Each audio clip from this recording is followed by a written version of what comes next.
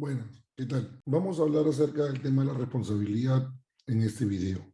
Así que sin más, paso a compartir el PPT. Pensar la responsabilidad. Quería utilizar de inicio dos citas. Una de Mar Hunyadi, un especialista en ética. La ética de los individuos abandona el mundo en el que viven los individuos. Ya vamos a hablar un poco de esto, pero creo que tiene que ver mucho con que la crítica del profesor Hunyadi va por el lado de para muchas personas cuando se piensa la ética, se piensa algo o muy abstracto o imposible de realizar. Que mucha gente puede decir, estaría bien hacerlo, creo que estoy de acuerdo con eso, pero no sé cómo realizarlo, no sé cómo concretarlo, no sé cómo lograr que eso pueda ser real, que eso pueda ser parte de lo que yo vivo, ¿no? Entonces creo que eso es un aspecto importante que hay que tener en cuenta cuando pensamos en la ética y en particular cuando pensamos en la responsabilidad, ¿no? Muchas veces la responsabilidad, si bien parece ser algo con lo que todos estaríamos de acuerdo, ser responsables de lo que hacemos, cuando vamos entendiendo la complejidad de la responsabilidad, vamos comprendiendo de que no es algo tan fácil o sencillo de realizar y concretar, ¿no? Lo preocupante no es la perversidad de los malvados, sino la indiferencia de los buenos. Martin Luther King, ¿no? El doctor King acá creo que es claro en relación, sí, al hecho de que tenemos que entender de que van a haber siempre personas injustas, abusivas, que van a utilizar la violencia o que van a utilizar todos los medios posibles para perpetuar la inequidad, pero descansa en nosotros, ¿no? Yace en nosotros la responsabilidad de responder ante la inequidad, ante la injusticia. Entonces, si vemos, la responsabilidad es algo que nos interpela, algo que nos llama, algo que nos convoca, ¿no? Y que muchas veces no atendemos, ¿no? Esto ya hemos hablado, por ejemplo, en el caso de Judith Sklar, ¿no? Como en Sklar el problema no se centra en que existan personas injustas, sino en que existamos personas que miremos hacia otros lados, ¿no? Cuando ella pensaba no en la injusticia activa que comete el delincuente o el que hace daño, sino en la injusticia pasiva, ¿no? Pero me parece importante en este punto, sobre todo que hemos visto el tema de la moral en Kant, ¿no? De saber si es que hay una diferencia entre ética y moral, ¿no? Para empezar, hagamos una distinción inicial que nos sitúe. Eso suele preguntarnos si la ética y la moral son lo mismo o tienen diferencias sustanciales, ¿no? Para mucha gente, la ética es una cosa, la moral es otra, ¿no? Y pertenecen a ámbitos diferentes, digamos, ¿no? Partamos entonces presentando tres formas de comprender la relación entre ética y moral. La primera forma de ver la relación entre ética y moral, ¿no? Es que los términos ética y moral son equivalentes, dado que la raíz de moral proviene de la palabra griega ethos. Ethos, costumbre y carácter, esto ya lo hemos hablado varias veces en clase, voz griega de la cual proviene la palabra que conocemos como ética.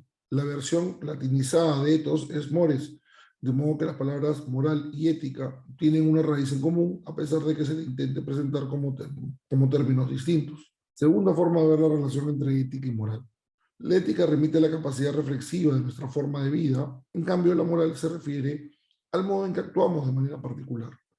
La ética reflexiona acerca del sentido de valores centrales como la justicia o el bien común, en cambio la moral no cuestiona los principios morales que guían un acto, sino delibera acerca de cómo actuar bajo ciertos principios. Entonces, una segunda forma de ver la relación entre ética y moral es que la ética plantearía los ideales y la moral te plantearía las preguntas de cómo ese ideal lo concreto en la vida cotidiana, ¿no? Es una segunda forma de pensar la relación entre ética y moral.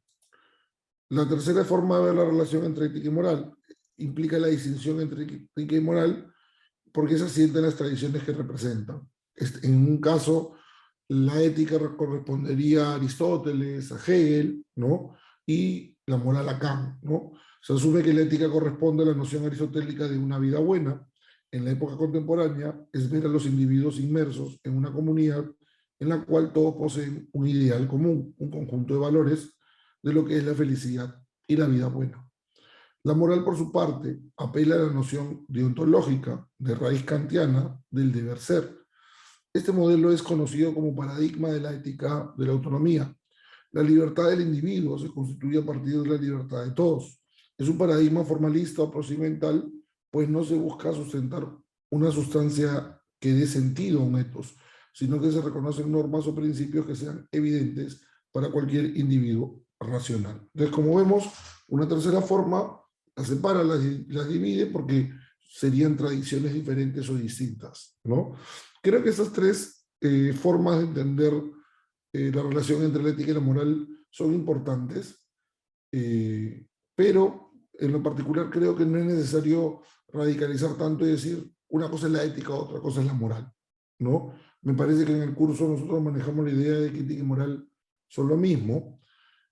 Ahora bien, sí se puede hacer la distinción, y me parece importante hacerla, de que, como hemos visto con Kant, la moralidad va a implicar un sujeto, un individuo que se haga responsable de aquello que puede performar, aquello que puede realizar en el mundo.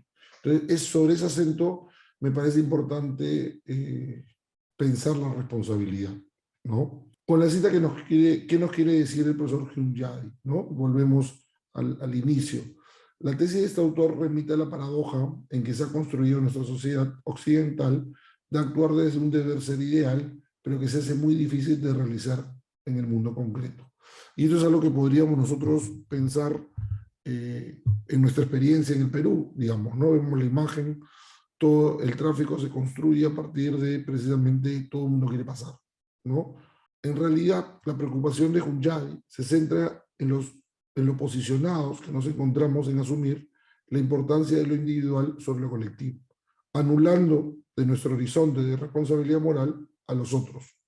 Es decir, si pienso que mis derechos son los más importantes por defender y proteger, no logro por ello comprender de qué modo estos mismos derechos se encuentran integrados de forma más amplia, real y por ende concreta en los derechos que tengan los otros miembros de mi colectivo. O sea, de nada sirve que yo intente protegerme a mí si es que no entiendo que protegerme a mí pasa por proteger a otros, ¿no? Entonces, habría que entender una visión de la responsabilidad que no caiga meramente en la idea individualista de preservar al yo, sino que el yo está interpelado permanentemente de responder, no solo por lo que él hace, sino precisamente por los otros, ¿no?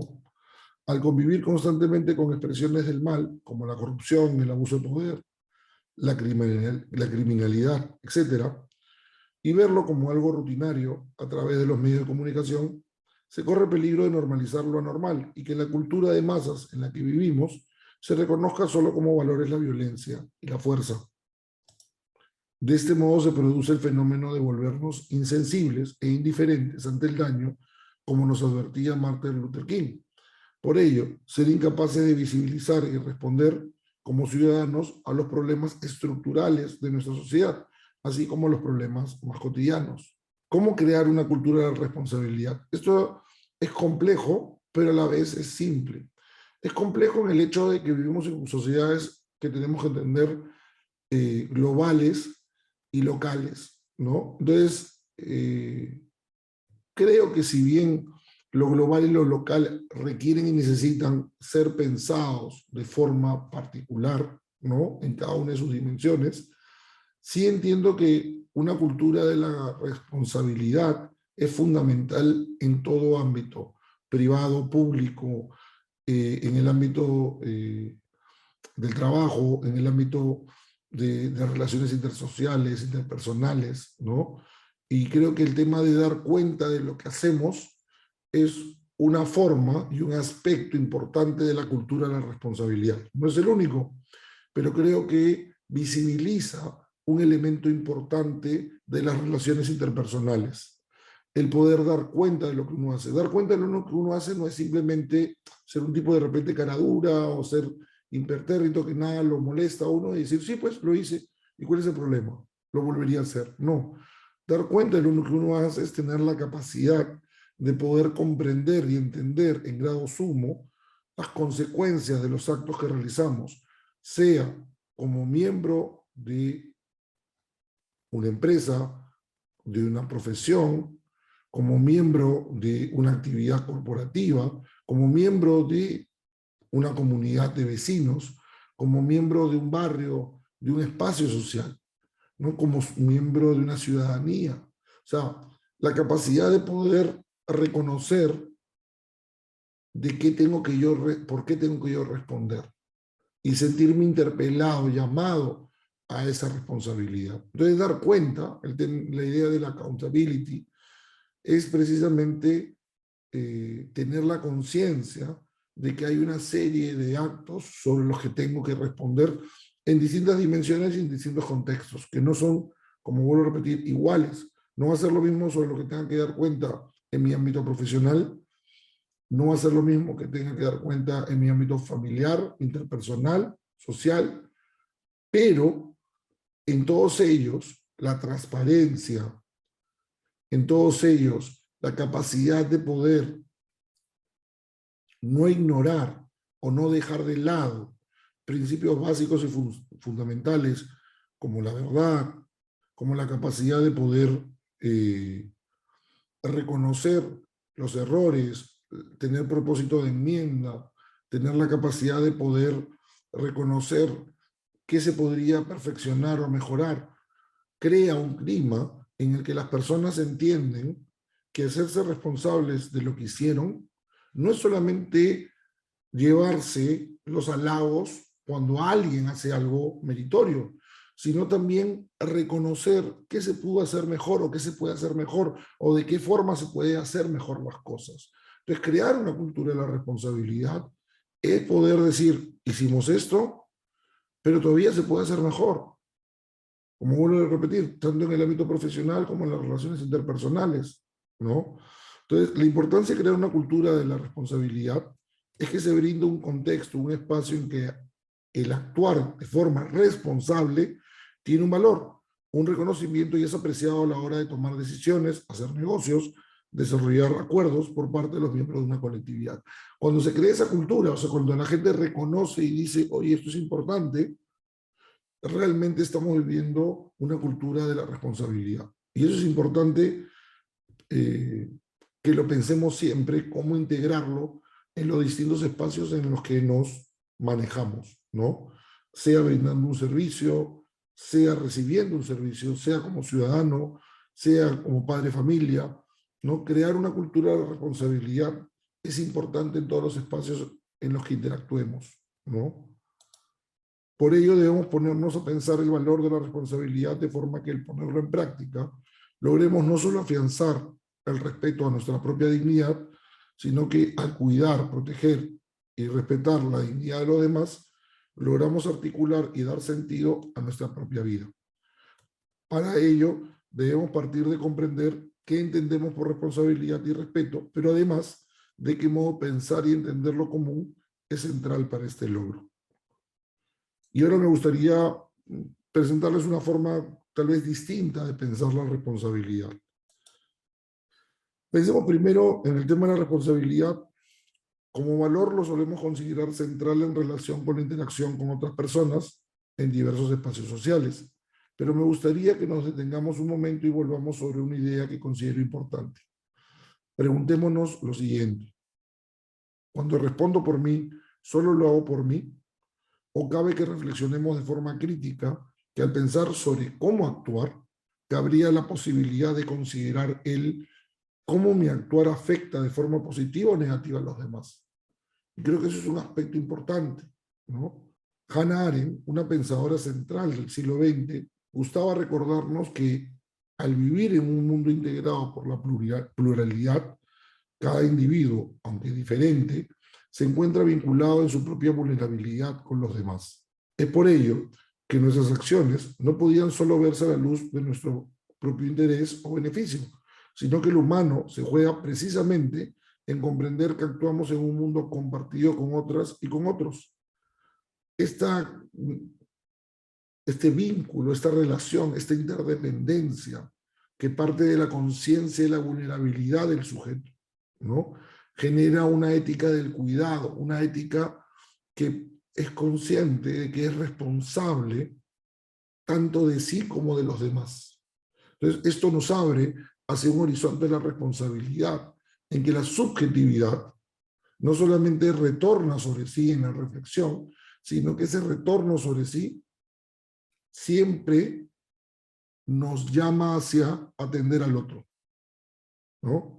De ahí que a Arendt le gustaba señalar que toda praxis, pensar para actuar, podríamos traducirlo, es un término que hemos visto con Aristóteles, implicaba considerar a los demás miembros de nuestro colectivo, pero con especial énfasis en quienes no solíamos reparar o atender, dado que no se encontraban cerca a nosotros. Entonces, si nos damos cuenta, cuando actuamos en el mundo, cuando pensamos la responsabilidad, tendríamos que pensar no solamente en aquellos que nos están más cerca o más a la mano, que no son más fáciles de identificar, sino pensar en qué medida somos responsables, especialmente de aquellos que no identificamos aún en el ámbito de nuestra responsabilidad o en nuestra capacidad de poder responder. Arendt nos dice lo siguiente, cito: el poder se genera cuando las personas se reúnen y actúan de común acuerdo. Poder que desaparecen cuando se dispersan. La fuerza que las mantiene unidas es la fuerza del contrato o de la promesa mutua. La soberanía de un grupo de gente que se mantiene unido, no por una voluntad idéntica que de algún modo mágico les inspire, sino por un acordado propósito para el que solo son válidas y vinculantes las promesas. Muestra claramente su indiscutible superioridad sobre los que son completamente libres, sin sujeción a ninguna promesa y carentes de un propósito. Para expresarlo de otra manera, la ética y la responsabilidad precondiciona la ética de la libertad instrumental. Los únicos preceptos que son válidos en el terreno de los acuerdos, costumbres y modelos surgen directamente de la voluntad de vivir junto a otros y son así como mecanismos de control construidos en la propia facultad para comenzar nuevos e interminables procesos. Fin de la cita. Si pensamos, Arendt nos está invitando a pensar y a reflexionar en relación al tema de que la libertad está amalgamada con la responsabilidad, con la capacidad de responder, no solamente por nosotros, sino también por otros, con otros, desde otros. El valor, por eso, precisamente, de la promesa de actuar siempre pensando en el bien común, no solamente en la necesidad particular, subjetiva. Arendt era consciente de que en un mundo como el actual, las metrópolis urbanas y sus dimensiones inmensas vuelven invisibles a los demás. Por ello, se hace urgente y necesario pensar siempre en el actuar a los que no suelen ser atendidos, a los que suelen ser olvidados o incluso nunca considerados. Por eso es importante pensar en aquellos que no tienen voz, rostro, aparición, que no están sujetos a la atención política, social, económica, y por ello están abandonados, ¿no? Teniendo presente lo dicho por Arendt, cuando hablamos de responsabilidad debería significar para nosotros la capacidad de responder no solo por lo que hacemos, decimos, pactamos, acordamos y un sinfín de acciones personales en nuestra interacción con otros, sino que además debemos comprender la complejidad que significa además atender e integrar en nuestra respuesta a unos otros que, aunque no vinculados directamente a mí, son fundamentales para mi propia dignidad, ¿no? Entonces, esa conciencia de la responsabilidad con la alteridad, con el otro, es fundamental para Arendt, y para los intereses de este curso es importante que puedan ustedes sopesar, valorar, apreciar esta idea de la responsabilidad. Ahora pensemos en dos retos actuales para pensar la responsabilidad en nuestro tiempo. El profesor Michael Sand de la Universidad de Harvard, ¿no?, nos dice: todo acto debería poder ser cuantificado, mercantilizado, economía de mercado o sociedad de mercado. ¿No? Acá vemos una viñeta muy simpática, ¿no?, de Quino. Pensándolo bien, que es monstruoso que se impriman más billetes que libros. Algún día se dará más valor a la cultura que al dinero. ¿No son algo ingenuas tus ideas, Felipe? ¿Ingenuas? No, son peligrosas, nos dice Manolito. De claro, sí me puede sonar idealista el pensar una sociedad donde la responsabilidad sea la premisa, la divisa de los actores. Pero creo que no debería pensarse de esa forma, ¿no? Ahora bien, dice el profesor Sandel, ¿cuál es su preocupación en lo que el dinero no puede comprar? Pasamos de tener una economía de mercado a ser una sociedad de mercado, ¿no? ¿Cuál es el peligro de esto? Que la lógica de mercado está bien para el mercado, pero ¿qué pasa cuando comienzo a integrar esta lógica de mercado para tomar decisiones éticas? Y ahí comienza un dilema, cree Sandel, sobre el que tenemos que pensar. En lo que el dinero no puede comprar, Michael J. Sandel parte asumiendo que existe en nuestras sociedades un deterioro del vínculo social y su correspondiente noción de ciudadanía, lo que afecta a nuestra capacidad de sentirnos responsables por los cambios o acciones que se toman en nuestras sociedades. No nos sentimos vinculados a las decisiones y situaciones cotidianas, así como a sus consecuencias, que deberían invitarnos a reflexionar y pensar con otros desde el valor de la práctica y la virtud, con el fin de pensar soluciones viables a los diversos problemas, dilemas y retos que nos enfrentamos como comunidad y sociedad de forma permanente. Es por ello que para Sandel deberíamos preguntarnos por qué ocurre este fenómeno. ¿Por qué ocurre esto? Sandel propone que se debe a que se han mercantilizado espacios y actos que antes funcionaban en relación al bien común o al interés general. Es decir, se le ha dado valor de cambio a nuestras acciones y actividades en diversos espacios de nuestras vidas, como la salud, la educación, la seguridad pública, etc. Es por ello que para Sandel es preocupante convertirnos en una sociedad en la que todo está en venta, pues se produce e incentiva dos problemas que no solemos apreciar con la preocupación moral que amerita. El primero de estos problemas es la desigualdad, dado que se relega al que no tiene con qué comerciar en lo social a merced de la voluntad de quienes poseen mayor capital, dado que se anulan los espacios deliberativos y de consulta en los que se invita a participar al grueso de la sociedad. Las decisiones se toman entonces en relación al interés de grupos establecidos de poder en desmedro del beneficio de las mayorías. Entonces, quienes tienen más participación son quienes tienen más dinero. Quienes tienen más poder de decisión son los que tienen más dinero, rompiendo un equilibrio que debería existir en toda sociedad democrática. Segundo, se corrompe y erosiona el propio valor de las acciones humanas. Una acción virtuosa pierde su peso cuando se le pone un precio, dado que el trato entre las personas se reduce a una mera transacción. Como sabemos, la virtud tiene como impronta ser realizada como un fin en sí mismo. Pero, ¿qué ocurre si hemos normalizado el pensar que todo acto que alguien realice en beneficio nuestro está motivado por una necesidad o agenda ulterior? Pensamos que todo el mundo simplemente actúa movido por el dinero. Y eso es lo que más le preocupa a Sandel, ¿no? Que se deteriore, que se ¿no? Que se corrosione la capacidad de entender el sentido de la virtud. El segundo reto es el de la diaforización moral, ¿no? Que también podemos pensarlo como la ceguera moral. Y de esto nos hablaba Zygmunt Bauman.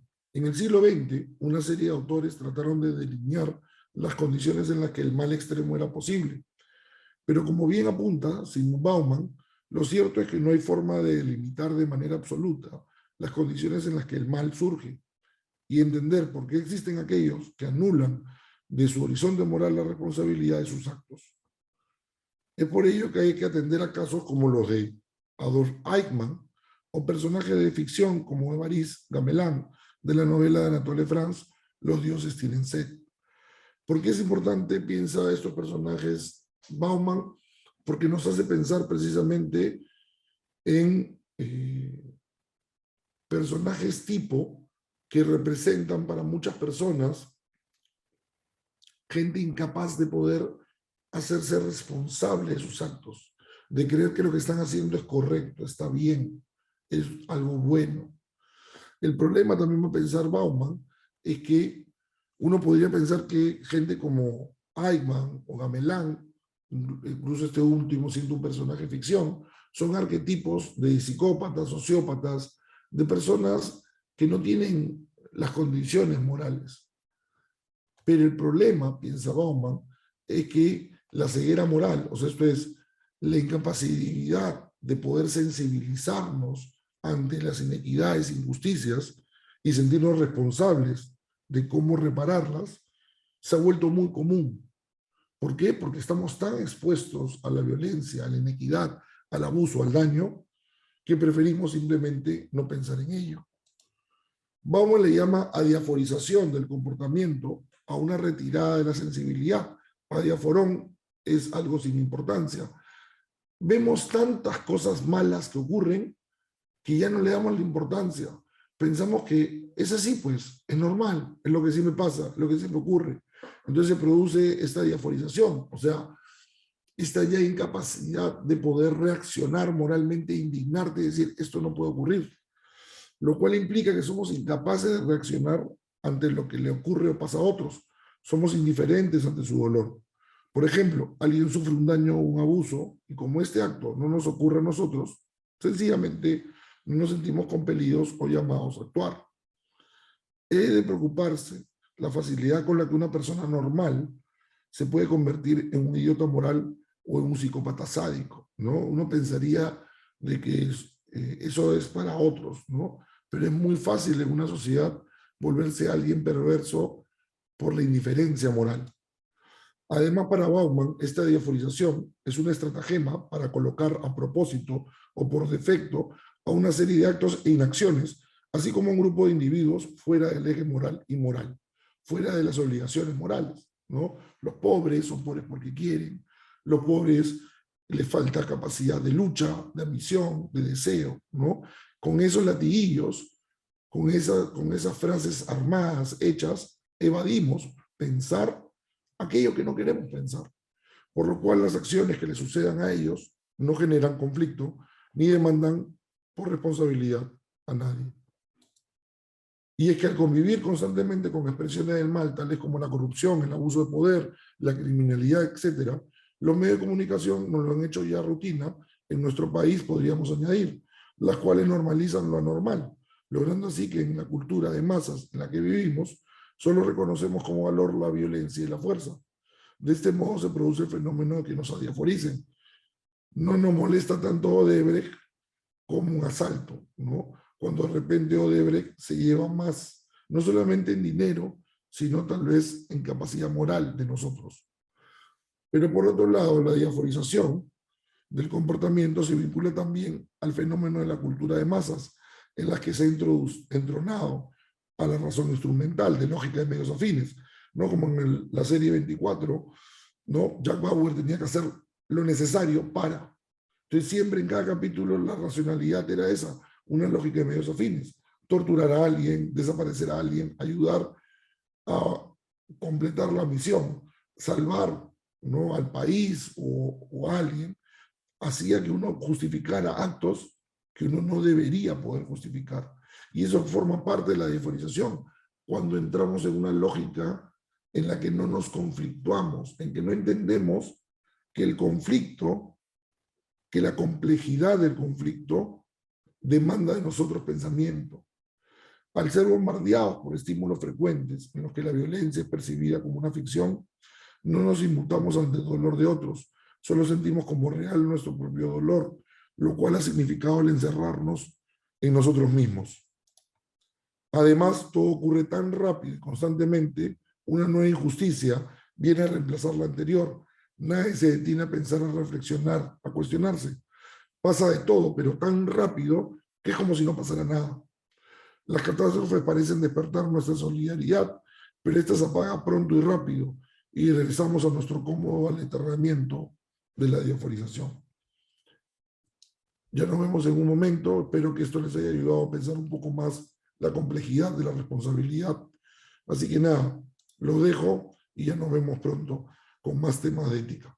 Hasta luego.